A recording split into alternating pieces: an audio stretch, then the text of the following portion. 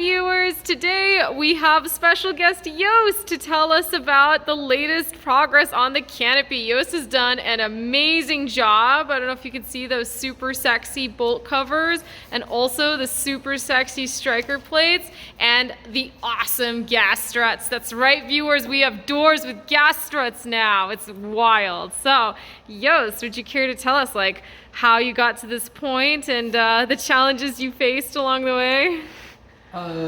Sure. So yes, as you said, I did the striker plates, the gas struts, and the covers, the bolt covers. Bolt covers weren't too hard, to be honest. Very straightforward.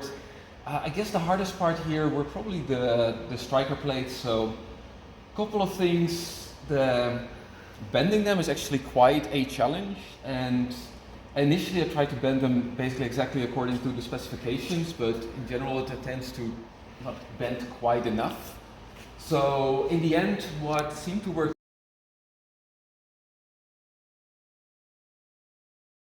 a bit too far, and then once you fit them over the rim of the canopy, it kind of snaps in place, and the canopy effectively pushes it back, and then you get the right shape. Whereas you try to do the other way around, I don't know if you can see it, but this one I tried to basically hammer in shape.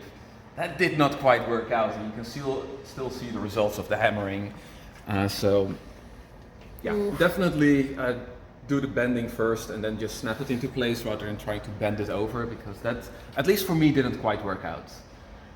Yeah, with respect to the gas struts, we had a lot of worry about the length.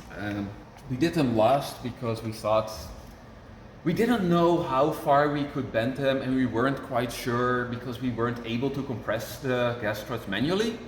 But it turns out that even without releasing any pressure, the gas struts are now at basically the perfect pressure to open the doors, keep them open, but if you close them all the way, they nicely stay closed. So with the gas struts, in practice, what's actually fairly easy. We just did a lot of worrying that turned out not to be actually necessary. Just followed the manual for the most part, put it in, put the door in the upright position, positioned the gas strut at full length, attached it where it appears while the door is in upright position, and you pretty much get the gas strut in the right position. That was all there was to it. And with that, I will give it to Peter. All right, Peter. Hey viewers, while Joost was working on all the awesome Canopy stuff, I was working on a bunch of Firewall forward things. And the one thing I'd like to highlight is our couple of 3D printed parts that we decided to introduce. One of them is to hold the fuel manifold in place. I'll show you that in a moment. And the other one is to replace, if you have mounted your intercooler, you know that it, and if you haven't, you will learn soon enough, that is being held by a sort of weird contraption. This goes against the engine mount, and this like rubber bushing, or I guess piece of rubber hose is being pulled apart and is, or compressed depending, and that's what holds the intercooler in place. And the reason why there is this weird bracket is because they're not like at the correct angle with respect to each other, because engine mounts is like that, intercooler is just like that. Actually, let's go, I'll try. Let's go. Also, we got the prop, guys. That's the other crazy development. Woo! Okay, yeah, so here's the intercooler. Ours is sitting a little bit further back from where it normally is supposed to be. Actually, it's probably relatively close, because normally the pipes go like out like that, and here ours is a standard one, not the modified. So, but it is roughly in the same spot. And so you can see that it attaches here to the engine mount, like this beam, but the intercooler sits like this, and so its flanges are like that. So it's all kind of weird. And these things weren't really working. Mostly the pressure, or like the was clearly on the hoses coming out of the intercooler instead of this engine mount. So what we decided to do is 3D print a part. 3D printing! Gray, and you may actually be able to better see it from the other end. Yeah, so that thing. This thing will be it will be compressed. It's kind of like a clamp. And then on the other end, it's Woo! Trying to get a good angle here, viewers. Yeah. And so it's Oh, I don't know about that, Peter. I don't know if anybody can see that. maybe we'll rather make a. Okay, here's the bottom of it. You Yeah. can see the bottom of it. It just sort of extends out behind this hose. Yeah. We'll publish a model for that if anybody wants to print it. One thing to keep in mind is that this is for the firewall, so things can get reasonably warm. We did it out of ABS.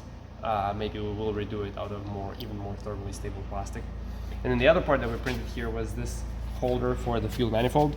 So this is the Lockwood's fuel manifold that connects the forward fuel line, fuel return. There's a jet piece between them, and then on top here there will be a fuel pressure sensor. So all of that, they're connecting together, and it's nice, but you sort of don't really have a good place to attach it to anywhere. So what we decided to do is have a part that attaches it to the battery holder, and then it basically has a lip over here and a screw on the bottom that allows us to take it off. Yeah. Super neat. So yeah, just making progress on the Firewall forward, making progress on the Canopy. Thanks to our Thanks, awesome work with Joost. Joost. Looking awesome. Yeah, and then Sasha was working on the wire. I think she wanted to say a couple of words about that. Sure. Go. Hi viewers! Yeah, so as like half an electrical engineer, I'm our designated Avionics representative, and you can see it's going great. Yeah, there's wires everywhere.